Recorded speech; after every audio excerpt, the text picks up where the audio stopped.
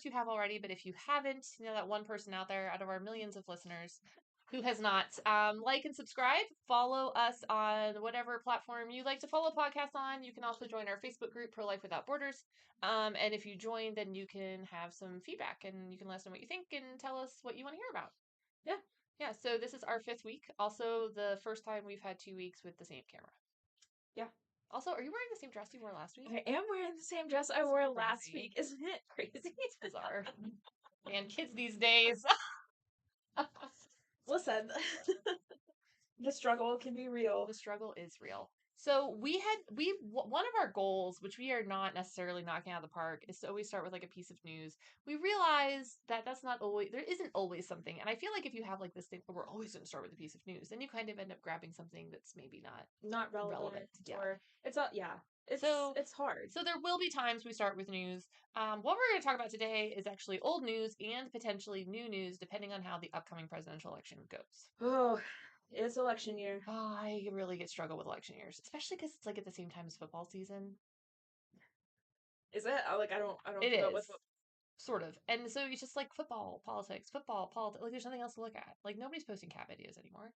No. It's just football and politics. I'll get a cat and then I'll post cat videos for you. Thank you. You're I'll welcome. send you videos of my cats. And obviously, it's not the political machine for whatever reason is not in full swing yet. But it's close. We know it's coming. It's coming. We can sense it like a tsunami. By the time this episode airs, it's probably going to be pretty well on its way. So, a lot of times, one of the things I hear most often about politics as the executive director of a pregnancy center is that it doesn't matter which way I vote. Which is frustrating because it does matter which way you vote. It does. The other thing that people say to me most frequently or very frequently is that, well, I want to make sure that women have what they need. And I feel like a particular party is going to be more compassionate, provide more services, more resources, and then more women will therefore choose life. Not really. And we don't necessarily need to get into that this episode. But one of the big things that happens, and it seems to flip-flop very consistently depending on which party is in office, is the Mexico City policy. Yeah. And I get so enraged about it now, but before the chat line, I did not. I don't think before the chat line, I even knew about the Mexico City policy. And I think most of our listeners are probably in a very similar boat. Right. It's not something that is like out there all of the time. It's like almost a footnote. It's like the president has won, the new president is coming on, he takes the oath of office, and depending on who was in office before him, he changes the Mexico City policy.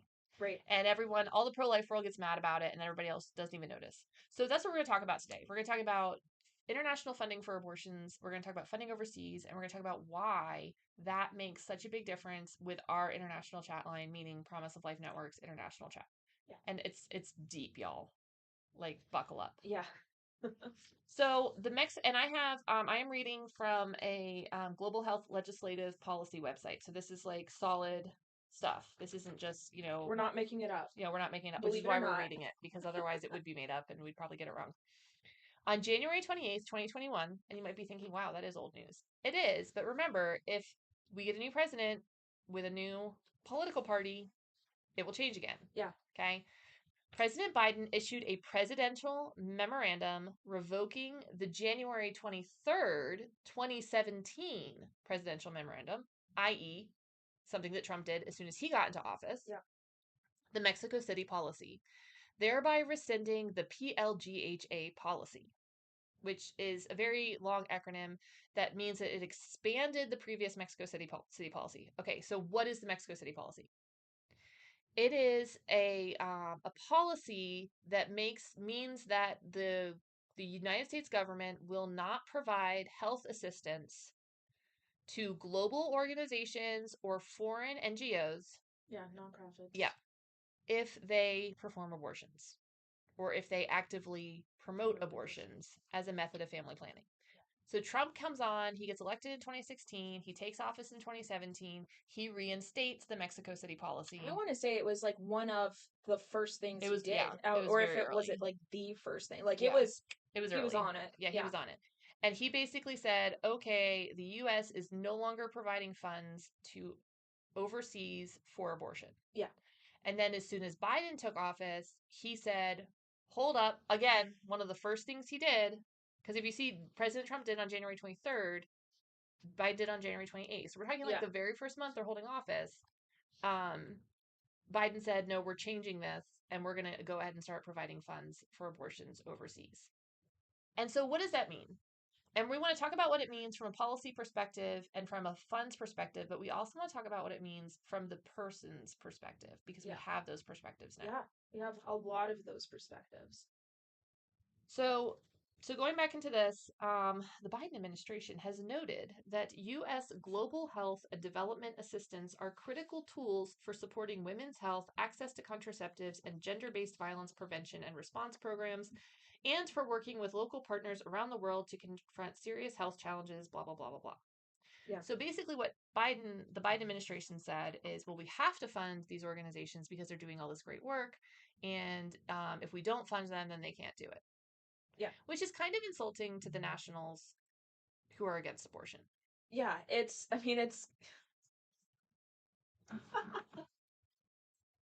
we're basically if America saying, won't help you, you're not ever going to be able to get any help ever. Right. Well, or like we have to support these pro-abortion organizations because nobody else is doing the work.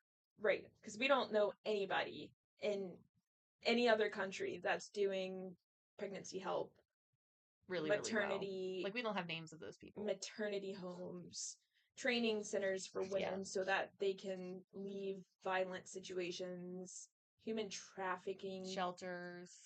We don't know anybody doing any of that. No, and we're definitely not personal friends with them. No. Definitely don't know anyone running. Definitely haven't slept in their house. Yeah. In their home country. Definitely couldn't WhatsApp them right now and ask them how they're doing. Yeah. Are you guys picking up on the sarcasm? So there's that. It's sort of this idea that if you're going to do these other really great things, and these are great things, whether or not you think the government should fund them, they are good things to do. You know, maybe you don't agree with government funding for it. Maybe I don't, but they are good things. It is good to confront health challenges like maternal mortality, to work with women and men who are facing tuberculosis and malaria. Like these are good things. Why does it have to be tied to abortion? So that's problematic. So what are the legislative restrictions? Let's see. Since the enactment of legislation in 1973, there have been, I wonder what happened in 1973. Nothing important. Definitely wasn't Roe v. Wade. There have been restrictions on using U.S. foreign assistance funds for abortion-related activities. USAID takes these restrictions very seriously and works with missions and partners to ensure compliance. Okay, so the Helms Amendment says that no foreign assistance funds may be used to pay for the performance of abortion as a method of family planning or to motivate or coerce any person to practice abortions. It's interesting. We can address that in a moment. Under the Helms Amendment, post-abortion care is permitted. Okay, so they can't actually perform the abortion. They can help you after the abortion. Include emergency treatment for complications, counseling, provision of family planning, etc. The Leahy Amendment, which I might be pronouncing wrong, the term motivate as it relates to family planning shall not be construed to prohibit the provision consistent with local law. We would like to address that as well. Of information or counseling about all pregnancy options. The Siljander Amendment says no foreign assistance funds may be used to lobby for or against abortion. And the Biden Amendment says no foreign assistance funds may be used to pay for any biomedical research which relates in whole or in part to methods of or the performance of abortions or involuntary sterilization as a means of family planning. Okay, so those are the amendments. That's the piece, the part and parcel of it. Let's talk for a minute about the funding, and then we're going to go back and we're going to talk about like the sort of what does this play? How does this look? What does this play out? How does this actually work overseas? But first, I want to talk about just the obscene amount of money that we, and by we I mean the American taxpayer, are paying to organizations that actively promote, and I'm saying promote very carefully, but also deliberately, abortion. Yeah. And dangerous contraception. Yes. Yes. So you want to go ahead and read that section of, okay, and this is an article from Alliance Defending Freedom. It was published in February of 2024. Yes. Which one are you on? Sorry. The recently released federal report. Oh. You're like, I'd love to take it away. What are you looking at? And they're double-sided. And I hate double-sided. They all look the same. I'm so confused. Okay. Are we naming names? Just Yeah. out of curiosity. Yeah, let's Okay, name them. I mean, we're reading a letter okay. or an article. A recently released federal report shows that almost 2 billion She leaned into the mic for those of you who are not on video. $2 billion of American taxpayer funds were given to abortion advocates like Planned Parenthood in just 3 years. According to the Government Accountability Office, Planned Parenthood and two international abortion groups collectively received $1.89 billion in federal funds from 2019 to 2021. Mm-hmm. The influx of cash allows these organizations to advocate for abortion for any reason and without limit, even though federal law prohibits the spending of federal funds on abortion. Worse yet, America's taxpayers are funding abortions abroad and supporting overseas abortion advocacy. Yep. Two $2 billion. $2 billion. What would you $2 do billion. with $2 billion? I'm not sure what I would do with 2 billion M&Ms. Like that's a lot of that's a big number. I can't even conceive of $2 billion. $2 billion. Or like 2 billion anythings. 2 billion Like atoms. Ants. I don't want 2 billion ants. I'm trying to think of something very small. Paper clips. I mean, like that's a lot of things. Well, they're lighter. Well, I guess I always like. Wait, doesn't matter. I don't know. I don't know. Like that Yeah, could go I'm so like $2 billion though in just 2 years. So that's not like 2019 to 2021. That's 2 years. well, they said 3. Because it would be 2019, 2020, Yeah. so 3 years. Yeah, I guess technically, yeah, 3 years. So I also find it very interesting that there's a lot going on in those 3 years. yes. Yeah, I think like the pandemic. Yeah, comes it's like to mind. 2019 to 2021, there was a lot going on, and the American government was out here spending $2 billion on abortions outside of the United States. Yep. So the other organizations, they mentioned Planned Parenthood, but another one, and that's the one I would say is probably most familiar to Americans. Right. Another big player in the international abortion is Marie Stopes, which I really thought was mispronounced for like a very long time because it looks like Marie Stopes. Marie Stopes. They're like worse. I honestly feel like they're worse than Planned Parenthood. I think just because of like the nature of the work that we do and actually having seen with my own eyeballs Marie Stopes tints, like it's I go from 0 to 100 yeah, so bad. Like really I can actually feel my blood pressure rise. It's probably not healthy. It's not. All right, so International Planned Parenthood, IPPF. Yeah.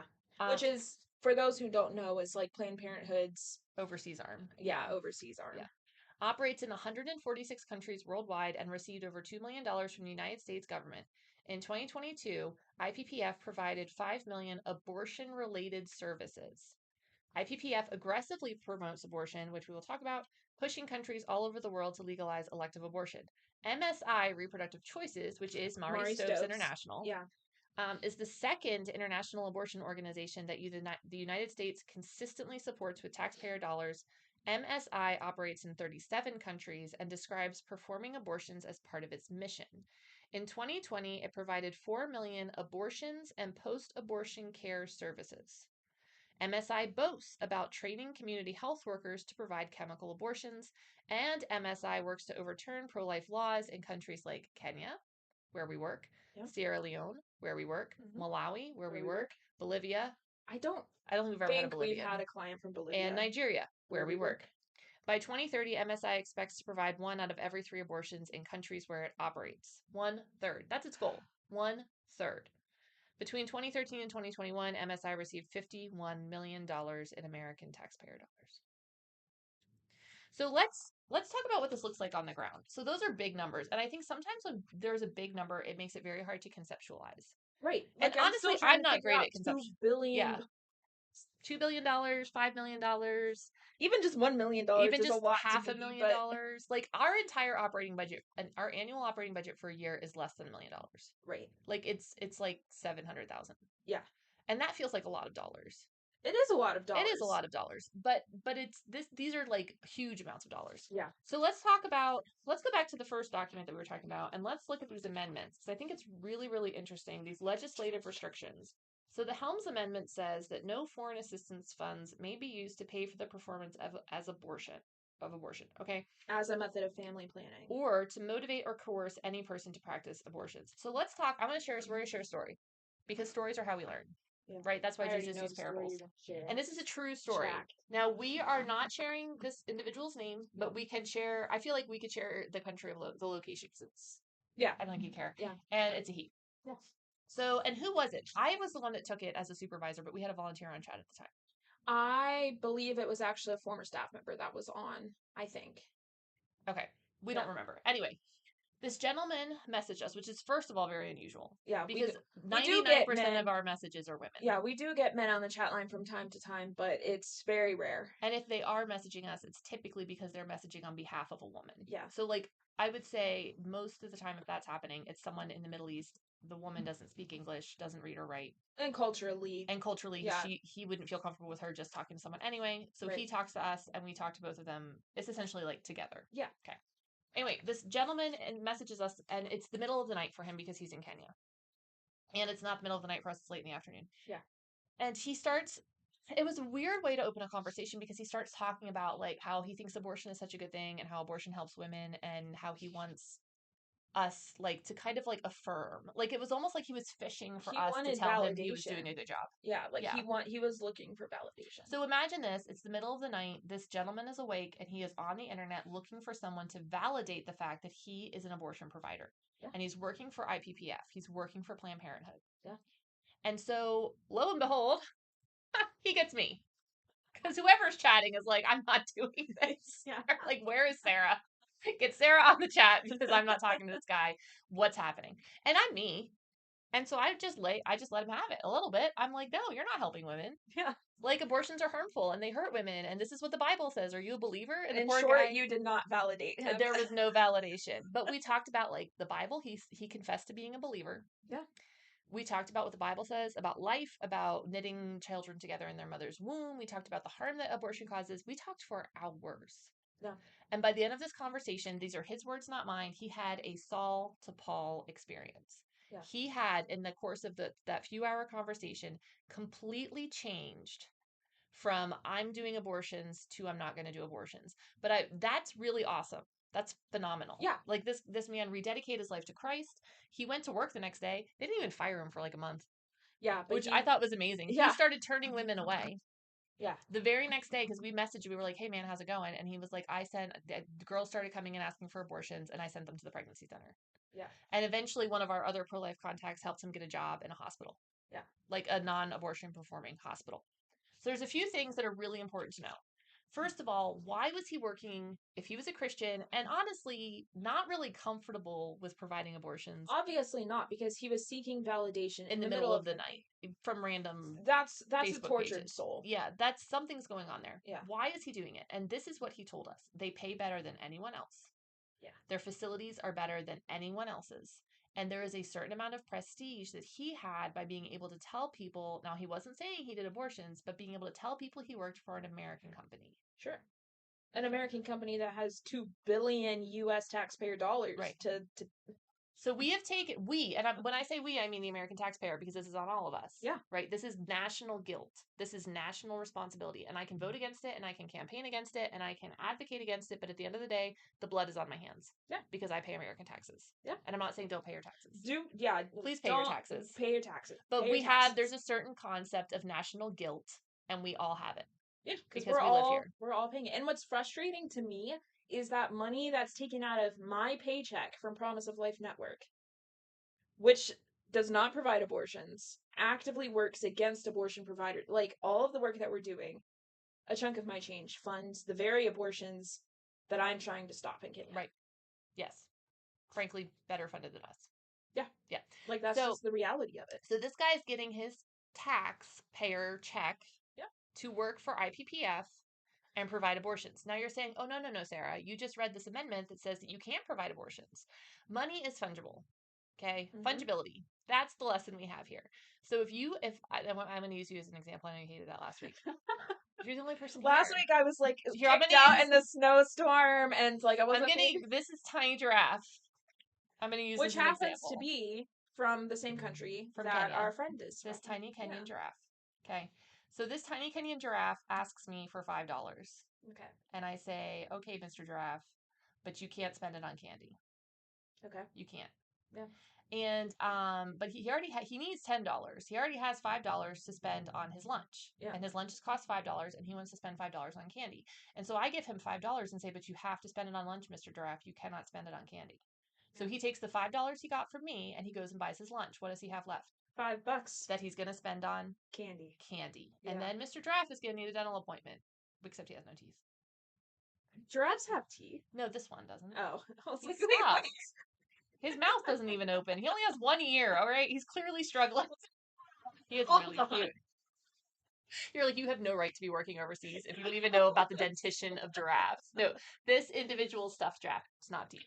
So when we, the United States, give money to an organization like Planned Parenthood or Marie Stopes, and we say, but you can't use it for abortion, they take all the other money they have that doesn't have that stipulation, put that to abortion, and use our money for everything else. So we essentially are freeing up tremendous, perhaps $2 billion amounts of money to go to abortion.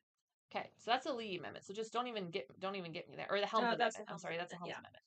All right, the next one. The term motivate. Okay, because the Helms Amendment says that we cannot motivate or coerce any person to practice abortions. The term motivate, as it relates to family planning assistance, shall not be construed to prohibit the provision consistent with local law of information or counseling about all pregnancy options. Let's talk about consistent with local law. Yeah, let's talk about consistent with local. And let's use Kenya. We've got our little giraffe friend. Kenya. We've got our friend over in Kenya that quit doing abortions. Let's just talk about Kenya. Is abortion legal in Kenya? No. No. No, it is not. It is not. So how is our friend practicing abortions? Illegally. Yep. Can the Kenyan government do anything about it? Nope. Not unless they want to piss off the United States. Nope, because we have tied a bunch of funding to providing abortions. Illegal abortions. Yeah. So it's beyond like, well, we're doing this bad thing, which we already were. Right. Now we're doing the bad thing illegally. And we're essentially violating other nations' and you laws. think that it can't get worse, but it does. Oh, it's going to get worse. It's going to get worse. But let's just talk about this for a minute. Yeah. So one of the things that, and I'm going to say the left, but I think a lot of people talk about is respecting people in their culture. Yeah. And that's a good thing. Absolutely. It's an absolutely 100%. Yeah, I'm for it. And I'm only pointing out that it's the left because it's problematic here. So if Kenyan culture and Kenyan law says that abortions are illegal, where do we get off going into their country and paying organizations that do them? How is that respecting Kenyan culture and Kenyan culture mores? Is very pro-life. Mm-hmm. Not even, I mean, obviously politically they are pro-life in the sense that they have very strict abortion laws that restrict access, but culturally, like they probably have, actually I know that they have a far better culture of life in Kenya than we have here in the United States. Oh, absolutely. Like they care about each other. It's very much so collectivist culture. Mm-hmm. Like it's not about the individual like we are here in the States.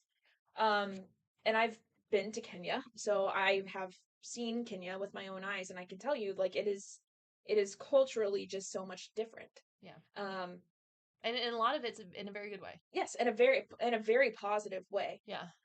But IPPF doesn't care about that. No. And neither does the American government, apparently. No. And so this amendment says that we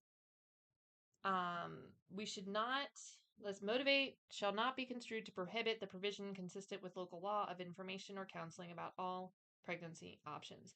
When we talk to a young woman in Kenya or South Africa even, which I would say South Africa is a little bit tougher than Kenya just because their abortion laws are more liberal or more progressive. They've got more access to abortion in South Africa. But we talked to a woman in Botswana, in Uganda, in any of these pro-life African countries. Yeah.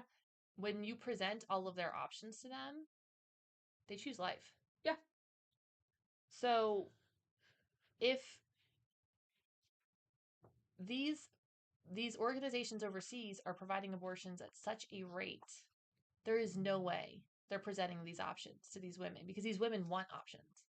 Yeah. Like they want other choices. They want someone to tell them, I'm going to help you do this. We're going to make this possible. We're going to figure it out. Have you talked to your family? Can I help you talk to your family? Like they want to have those conversations. And instead they're walking into a American and other nations, but American funded medical office to get their abortion in contrary to their laws and Yep. cultures.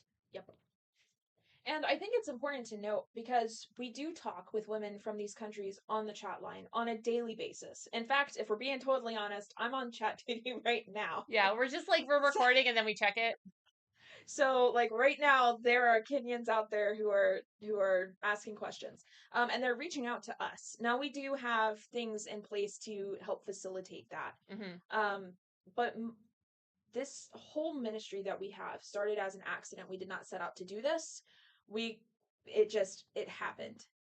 So you cannot tell me that these women do not want options because they are reaching out to women who, and we're very upfront with them. We're not in their country. We're in the United States. I'm an American. Like we don't provide abortions, and they still talk to us. Yep. And the very first thing we tell them is we do not provide abortion. Yeah, it's right out of the box. Yeah. The So they're thing. not just leaving. Like they want to have a conversation. No, they stay and they want to have a conversation. And 84% of the clients that we talk to on the chat line end up choosing life. And that's an estimate, and it's probably on the low side because I'm a conservative estimator. Right. Yeah. And so I have a very hard time believing that the literal tens of thousands of women that we have talked to are walking into IPPF and they're just like, yep, I'm here to have an abortion. And I have no problems. And I have no qualms. questions. I don't want to have a conversation. Just give me my abortion. Yeah, that just doesn't That make is sense. culturally not. That's not even how decisions are made in collectivist cultures. No, it's not. That's very much so the way that things are done here in the States. Mm-hmm. Because we're an individualistic culture, which is not inherently a bad thing. No, it's just not. Different. I mean, each one has strengths and weaknesses. Yeah, it was like it's just different. But that's very much so an American mindset. So I find it hard to believe that IPPF is not. Well, actually, we know that they're not. Well, okay, so share what. So we have a friend, and I won't mention her name just because I don't want her. Like, I don't want anybody to see this and like go after her. But we both have a personal friend in a very pro-life African country who runs a vibrant ministry. She's fantastic. And she said, and we believe her because she's an honest, God-fearing woman. That she runs this maternity home, which is a place for these girls to stay, to have their baby and raise their baby for the first like little while till they get on their feet. That Mari Stopes set up a tent outside her maternity home and was calling the girls over and attempting to convince them to have abortions. I saw the tent. Oh, you with saw my the tent? Own eyes. Oh. Because I again have been to some of these countries.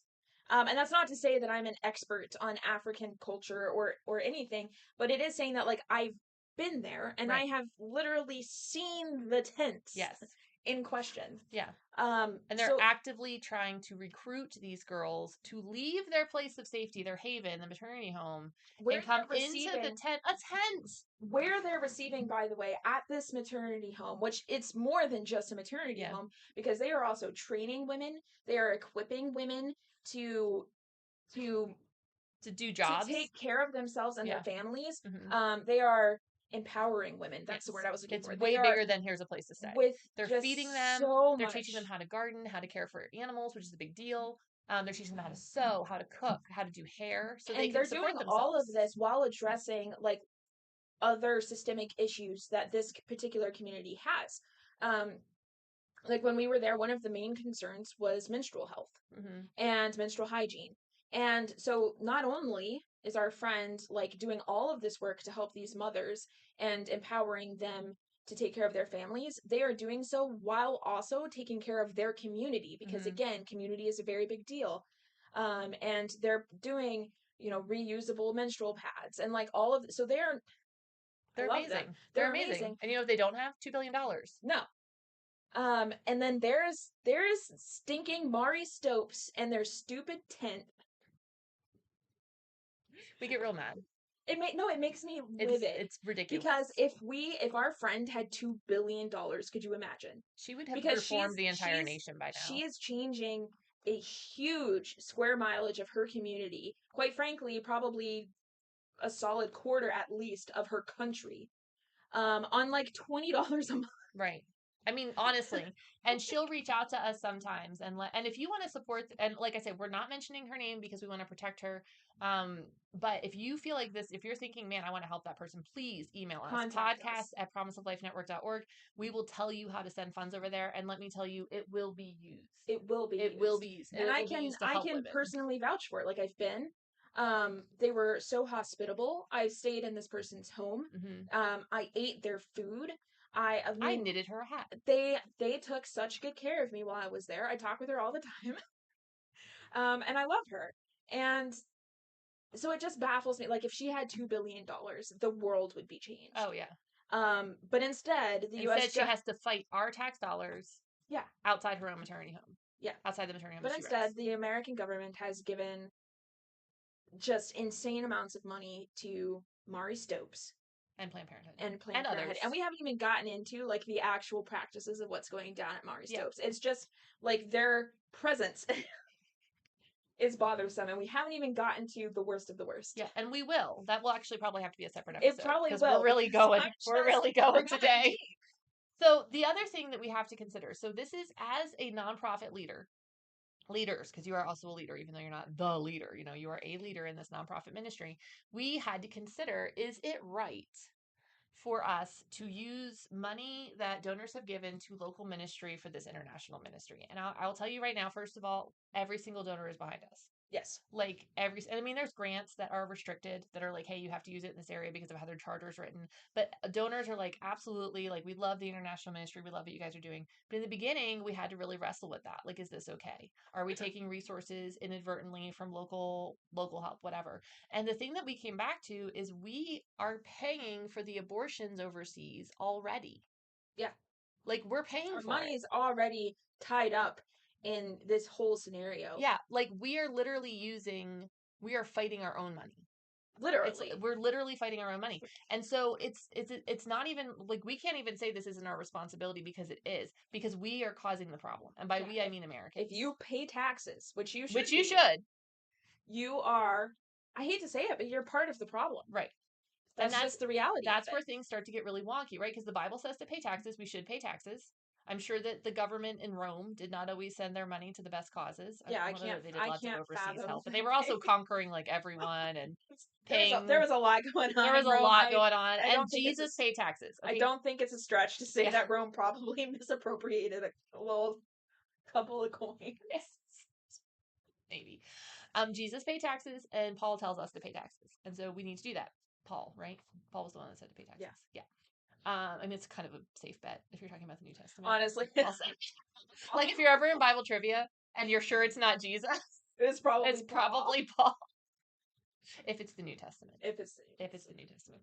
So we're supposed to pay taxes, so you should pay your taxes, but we also have to consider that when we vote, we are immediately causing either the faucet of funding for abortion to be turned on or turned off, depending on which way we vote.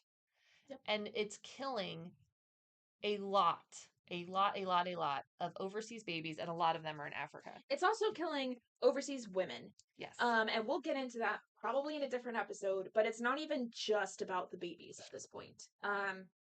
The mothers of these babies are being mistreated. Yes, mistreated. Their marriages are being ruined. Their sex lives are being ruined. Their fertility is being ruined. A lot. It's just bad. Yeah. It's bad. So another thing that keeps happening with Planned Parenthood specifically. Yeah, IPPF. But also American Planned Parenthood. So that now I've kind of switched. I'm talking about American Planned Parenthood. Is that they tend to get larger cuts of federal funding in other scenarios. And one thing that this article brings up is the amount of funding that Planned Parenthood got during the pandemic. So this, and we'll post the link in the description of the video, so you can look at this article as well. Okay. I love ADF; they're fantastic. Yeah, like ADF's absolutely great. While small businesses, okay, I'm going to back up. Senator Marsha Blackburn, Republican Tennessee, one of the legislators who requested the GAO report on federal abortion funding, criticized Planned Parenthood's receipts of COVID-19 relief. While small businesses struggled to make ends meet during the pandemic, Planned Parenthood illegally siphoned over $90 million from the Paycheck Protection Program, specifically designed to help our mom and pop shops keep their doors open. Because the Paycheck Protection Program was supposed to help small businesses, those with more than 500 employees were ineligible. Planned Parenthood has 16,000 employees nationwide, yet the Biden administration gave nearly $100 million in relief to this group.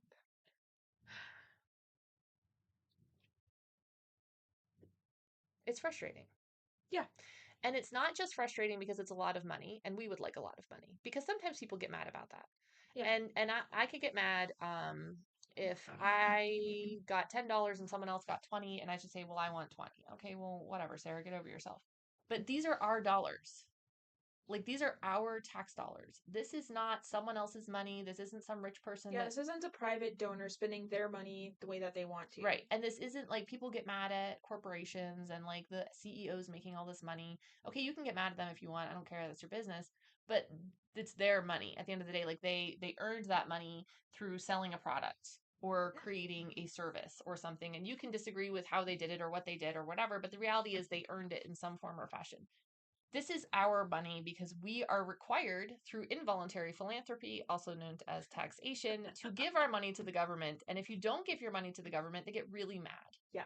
And again, the Bible says to pay your taxes. Yeah. Okay, so I'm not advocating that you don't. I think we've said that enough this I episode. know. Please don't tell. I feel bad because it's like I don't want people to be like they don't pay their taxes. No, I totally pay taxes. I do pay taxes. Yes. And I do so for the most part with a willing heart. I don't. See, But I pay them. I try to. But I pay them. I'm just like, no, well, I need to work on the heart thing probably. It is what it is, you know, like, but it stuff like this makes me mad. I think I just black out during tax season and like try not to think about it because then it comes up and you're just like, oh, that's right. Like all of the work that I've done here, which I would do for free if I could. But I would cannot. do. I can't. But I cannot. Because we have to pay taxes. Lo and behold, it costs money to live.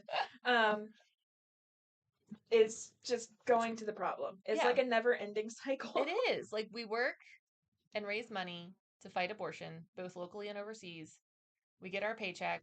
A significant chunk of our paycheck, just like everyone else's, goes to taxes, and those taxes go to pay for abortions. Yep. And it goes on. Yep. So, on the later side of paying taxes, I have, as I've mentioned in other episodes, at least 4,000 children. And it just keeps going up. It started with like a gaggle of children, and then it was like 700 children, and now we're at 4,000. It really depends on the day and how much they're bugging me at any given moment. Because they're all boys, so they move really fast. Oh. And counting them is hard.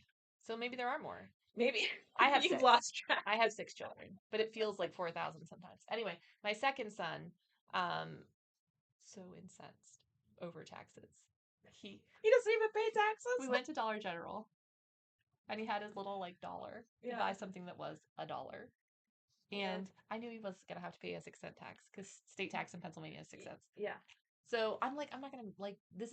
Okay, there are life lessons, parents. And this is, you do not tell your child who earned their dollar and wants to buy something worth $1 that they can't have it because they don't have 6 cents. Please don't be that parent. Yeah. That's not a lesson. That's just mean. So I go into my wallet and I pull out 6 cents because I'm like, here's your 6 cents. And he's like, no, it's $1. And I'm like, just wait. And the lady, like, the toy or candy or whatever it was, and she goes $1.06, and he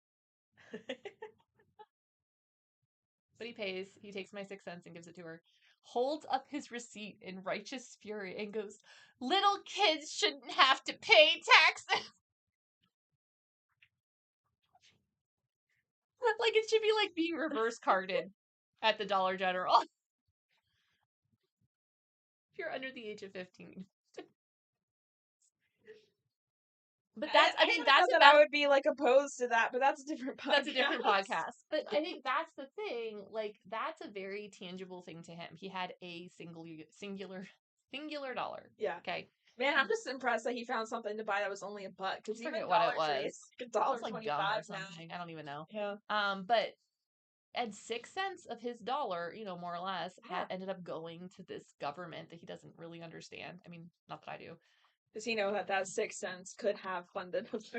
That seemed a little bit deep at that moment in the Dollar General. Yeah, I think I went with roads. It's always like my go-to. And then he's like, the roads are terrible, and I'm like, yeah, they should probably tax you more. Pennsylvania. Yeah, Pennsylvania. But like to him, that's a substantial sum of money. 6 cents because he has no money because he's a child. But it's also relatable, though. honestly. But it's also like understandable to him because Right. 6 cents is a very understandable sum. Yeah. And I think sometimes when we talk about these $1.89 billion, Yeah. it doesn't make sense to us. And so it doesn't make sense. It's too much money. It's overseas. We don't see it. And we somehow trick ourselves, which is what I was doing before I made friends overseas, Yeah. into thinking that it can't be that bad. Yeah. And it is that bad. It's actually really bad. It's that bad. I'm trying to think of like how into it do we really want to go? I think this episode will probably have to wrap up. Yeah. But next episode, we're going to talk a little bit. There's a book called Target Africa. Yeah. Written by a fantastic woman from Nigeria. I can't pronounce her full name, but she goes by Uju. Yeah. And she spends a lot of time in the UK. Very well spoken. And we'll definitely link to some of her stuff.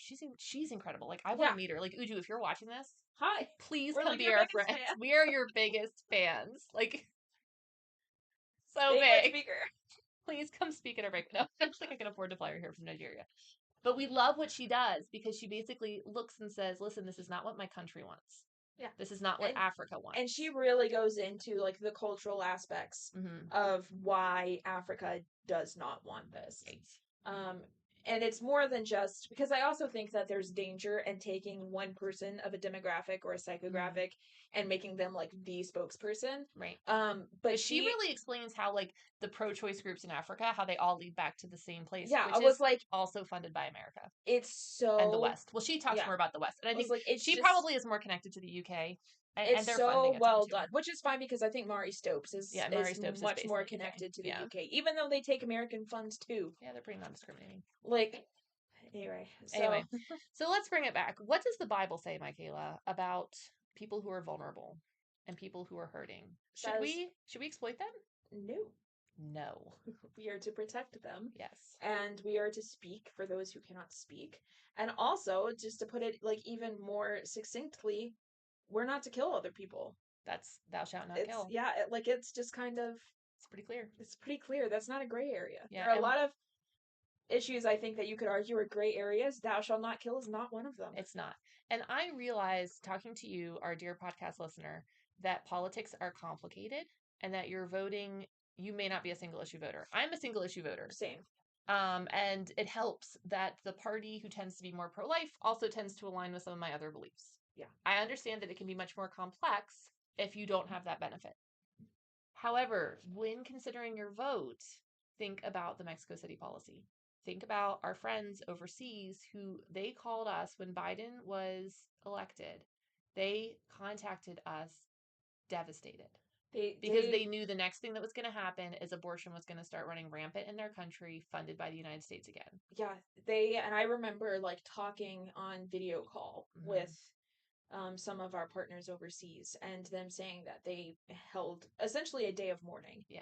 And that they were coming. And that they were fasting up to the US presidential election that year. So it's not just like, oh, like this thing happened and now we have the consequences, but I think our African friends were probably more in prayer for the U.S. presidential elections than most Americans that I know. Oh, absolutely. Because and we're not trying to paint everyone with the broad brush. There are definitely pro-life Africans that didn't like Donald Trump. Absolutely. Yeah, I mean, they're out there. Yeah, they're out there. And so please don't come at us and say, "Oh no, I'm from this country and I didn't like or did like or didn't whatever." We understand that. We're talking about our experience. Pro-life Americans even like Donald Trump. Right. Like that's not the point. No. The point is the policy. Yes. And they knew we were going to come for their children. And honestly, and we did. And we did. It was very the quickly. First. It was January 28th. 28th. It was one of the first things that our president did was he went for those children. Yeah. And our partners are the ones who have to deal with the daily consequences of that. We have the privilege here in the United States to turn a blind eye. Mm-hmm.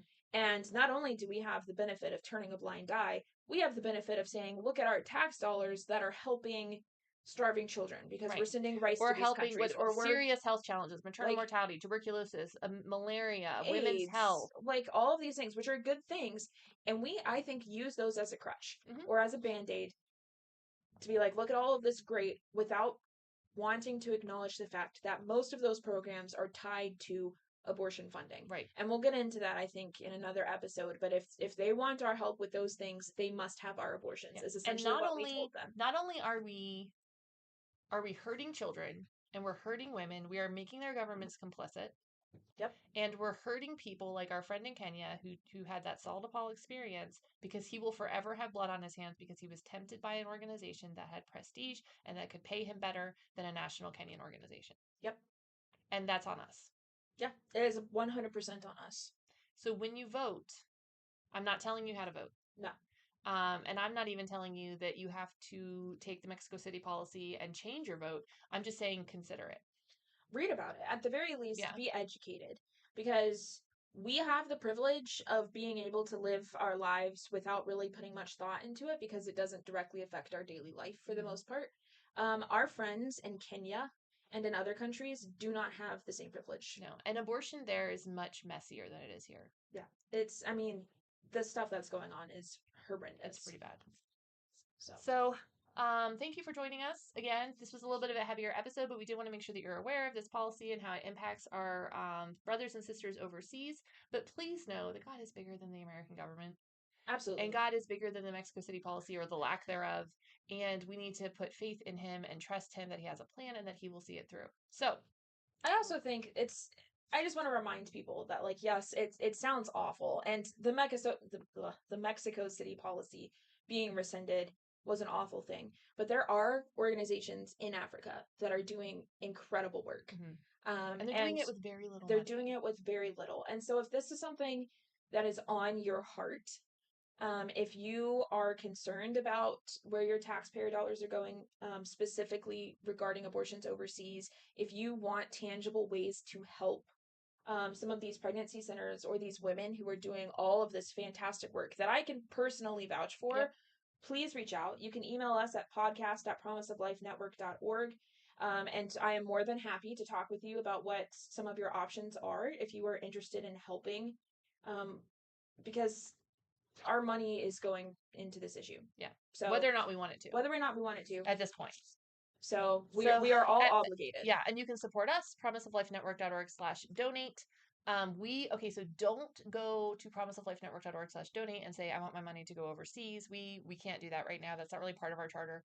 But if you would like to learn about those organizations overseas, we can connect you with them directly. Absolutely. Yeah. So, and you can donate to the international department yes, here. you can. So if you go to promiseoflifenetwork.org/donate and you want your donation to go specifically to our international chat, you can indicate that. And if you'd like to sign up to volunteer for our chat, you can do that as well on our website, promiseoflife.org, promiseoflifenetwork.org/volunteer. So thank you so much for listening. We will see you next week. Like and subscribe, join our Facebook group, and have a great day. Bye.